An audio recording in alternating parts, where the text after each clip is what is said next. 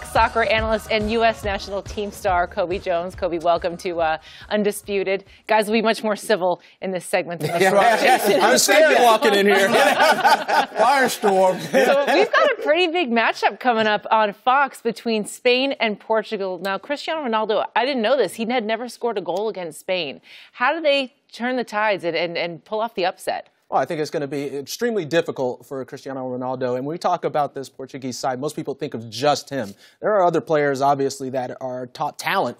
But when it comes down to it, the focus when he's on the field is always on him by opposing teams. So you're getting in a situation where Spain is going to try to shut him down and force others to try to make the game. And when you're playing against a top side like Spain, that's extremely difficult. So don't expect too much. Don't expect too much. Temper the expectations. No, that's interesting. But does he need to win a World Cup? Because you're right, it's on his teammates too.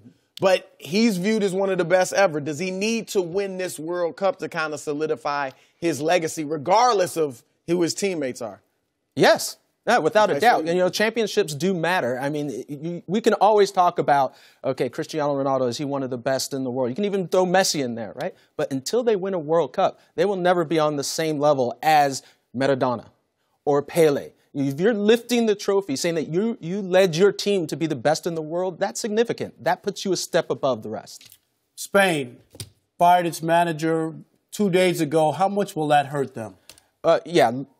I mean, this is a very interesting situation where Julian Lopetegui got, pushed out by the federation. That's because he was, interviewing for another gig or whatever? You got it. Didn't do it, I guess, in the right way. But when you're looking at this, the most important thing right now is the World Cup, and that full national team. So it surprises me that the federation would actually push him out 2 days before. Because no matter what anyone says, we've all been around teams. If you have something this major, the coach leaving, a couple days before you start, that's going to affect the squad. So for me, yes, it will affect the side. They've gone from, one of those top 2 or 3 teams when you're talking about Spain, Germany, and, maybe throw in one other team to win it all.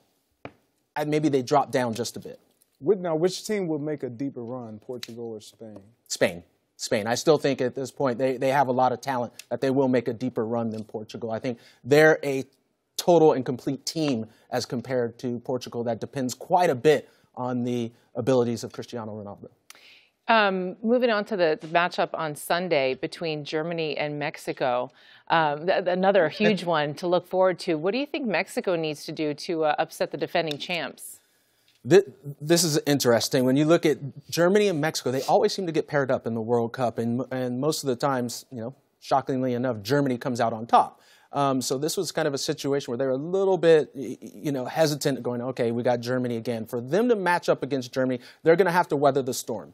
This German team is like a machine. They consistently just, bring top players, perform well, dominate the field, and most likely they'll dominate possession. What Mexico has to do is they have to get their creative players on the ball and be very productive in that final third at the few moments that they will have. So you need the Dos Santos brothers being very active. Carlos Vela up top and getting the ball to one of their main strikers, Chicharito.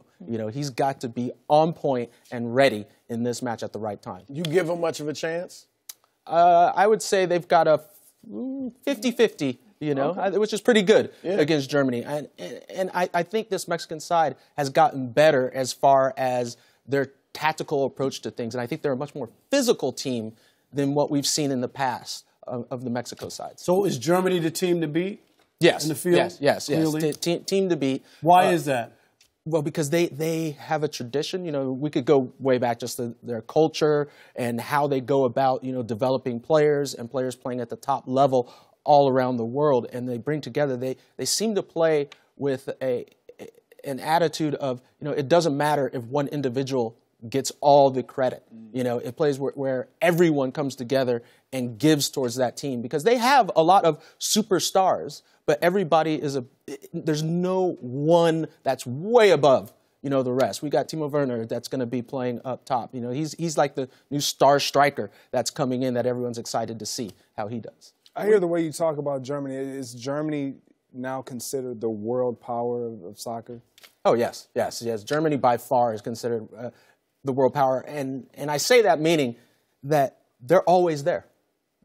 every World Cup, you know, one of the top choices is Germany, you know, because they just have a way. It's that, in a variety of different sports, it's that team that's always finds a way. I always thought Brazil was that team for a long time, right? Yeah, until the last World Cup where they just kind of folded. And if you notice in that last World Cup, everything was about Neymar.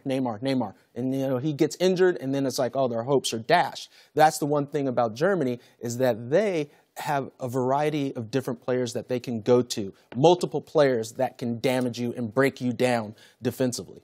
So we had Warren on yesterday, and he said Senegal is his dark horse. Do you have a dark horse? Would you go with Senegal or somebody else? I do like Senegal as a dark horse, and obviously we're talking about the big underdog, right? You know, they got Sadio Mane on the team, and he was absolutely fabulous for Liverpool, you know, during the Champions League final. He you know, couldn't pull him off to the victory, but he did well. That's one of those teams, too, where you're picking kind of like one player to try to lift the rest of the team. So as a dark horse, yeah, I think it's great. For me, any of the African countries, I think, are dark horses right now, and I'm going to try to support. We forget, I believe it's only 8 teams have won the World Cup up until this point. I wouldn't mind seeing, you know, someone else step in there, you know, and kind of shake it up a bit. It sounds like the NBA, current state of the NBA, the same teams win all the time. Yeah, that's it, you know. There you go. Never happens in baseball. Before we let you go, it's obviously been a big week for American soccer and the fact that the U.S. won the bid for the 2026 World Cup alongside Mexico and Canada. How do you think that that's going to impact American soccer here? This is amazing. I mean, especially with the disappointment of the U.S. team not being in this World Cup, I think this was extremely important to give us something to look forward to. Lessen the sting of not being here now, that knowing in 8 years that we are going to be part of that united bid, well, it's not even the bid anymore, the united hosting of the World Cup in 2026. I think we look back at '94, the legacy of that World Cup was MLS and this sport kind of growing. So we built from the top down.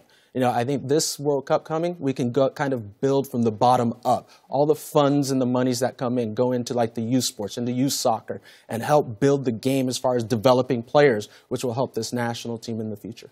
Awesome.